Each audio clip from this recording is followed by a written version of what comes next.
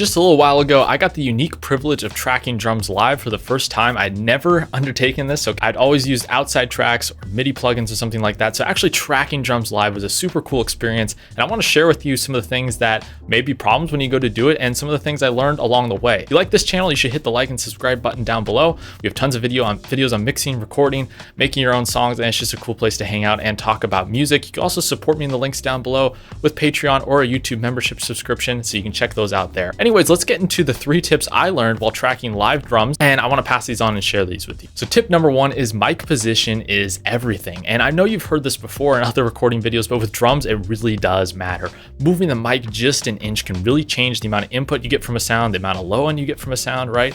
We have these clip-on microphones that we use for the toms, and really just adjusting them 1 inch either way could change the phase relationship, which I'll get into later with another tom, or increase the amount of attack, but also maybe the low end and maybe some of the low mid information, right? So keeping track of where your mics are, testing a few mic positions was really key when we were miking up the drum set. We planned to use triggers eventually on the kick and snare. So when I was miking up the kick, I really wanted that microphone as close to the actual beater as possible because I just wanted that transient and that attack, and I didn't need the kick drum getting all this other information of the kit, right? So I don't need the kick out super far away, getting some cymbal bleed, getting some snare, right? I was like, hey, I just want that kick drum attack. I want it to be easy to mix when it comes to the mixing stage.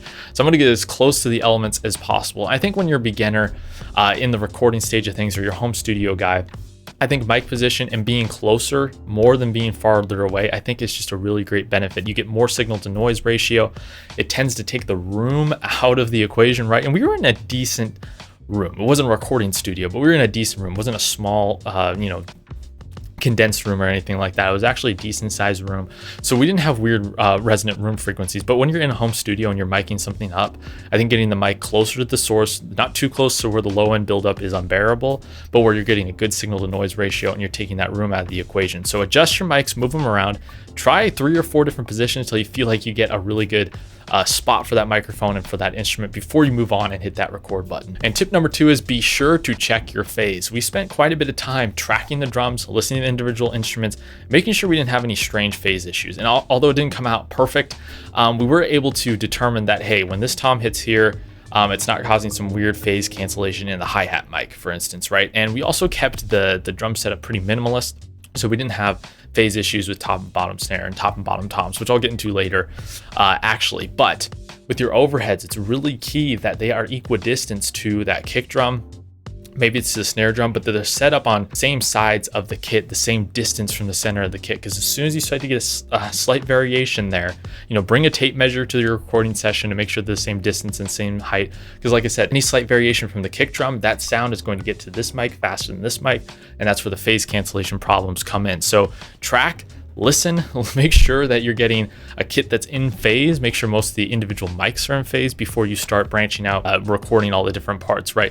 Make some adjustments there. I think it's going to help you quite a bit in the long run. You may not like the sound quite as much in one of the mics as opposed to the other setup, but I think having the phase relationship correct is really going to pay off in the long run when you get to that mixing stage. And the third thing I learned tracking drums live is that the best performance is the best sound.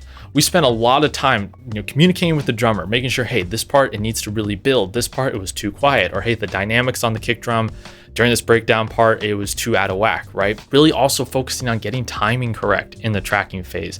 Now I know we can edit later. Of course we can edit later, but you don't want to make your life an absolute headache by not concerning about time at all, right? Really not hammering home to the drummer, hey, make sure that this part is in time. You're speeding up here, you're slowing down here, getting the best performance possible. The balance between dynamics, flavor and attitude, and that timing is really going to pay off in the long run for your drum performance. Not have to make it so sample focused, not have to make it so program sounding. If you can get it good at the source, so you can get the dynamics sounding good at the source, then I think that's a huge benefit. So spend a lot of time going over performances, get multiple takes if you have to, use the best takes, copy and paste them, throughout different sections if need be, right?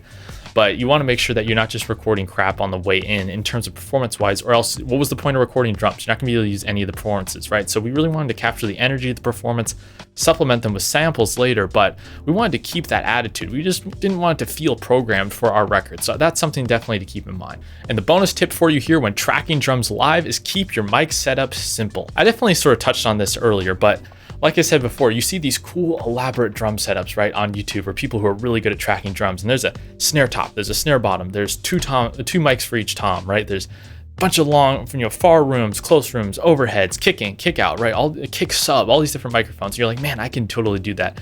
For my first recording experience, I said, hey, let's get good sources with as many mics as we want to use, but let's keep it under 7. Like, let's keep this thing manageable for editing, for mixing purposes. Let's not go too over the top. So I had one kick mic, I had one snare mic, I had one for each tom, right? And then a couple stereo overheads, and then one for the hat. That was it. That limits the amount of errors, that limits the amount of problems you can experience during the recording phase. Because if you have 15 mics, 16 mics, 20 mics, all these far rooms, all these things set up everywhere, the chances for phase cancellation just go up way, way more. The chances that something's not going to sound right in the mix because you're having to balance so many of these things, or maybe you have a technical problem, so one mic goes out and now you don't have for any of the performances, right? So keep it simple, get the sound sounding good with the few mics that you have chosen. And I think for someone who's not like a total pro in a crazy good studio with tons of great mics, that's another thing in the home studios. You don't have access to 8 Neumann's U87s, right? You've got usually maybe some Shure mics, maybe it's a mic kit, the best quality mics. So you want to use as many of your high quality mics as possible on the important kit pieces, right? So I use one of my best mics on the kick. I use the SM57 on the snare. That's pretty standard. And then the best sounding condensers we had, I used as the overheads, right? Why were we going to add just sort of some more low quality microphones? It just wasn't going to serve any purpose, right? So we had a vision for the performance. We had a vision for how we wanted to set up the session.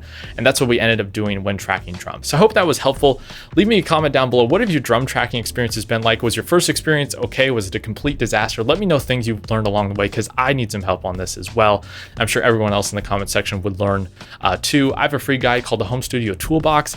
It's a list of resources that you can get to help you start making music in your home studio, and they're all free resources as well, so you can start implementing drums, guitar amp plugins, and you know where to start if you want to start making music in your home studio. So thanks for hanging out with me today. I hope you liked today's video, and anyways, I'll see you guys next time.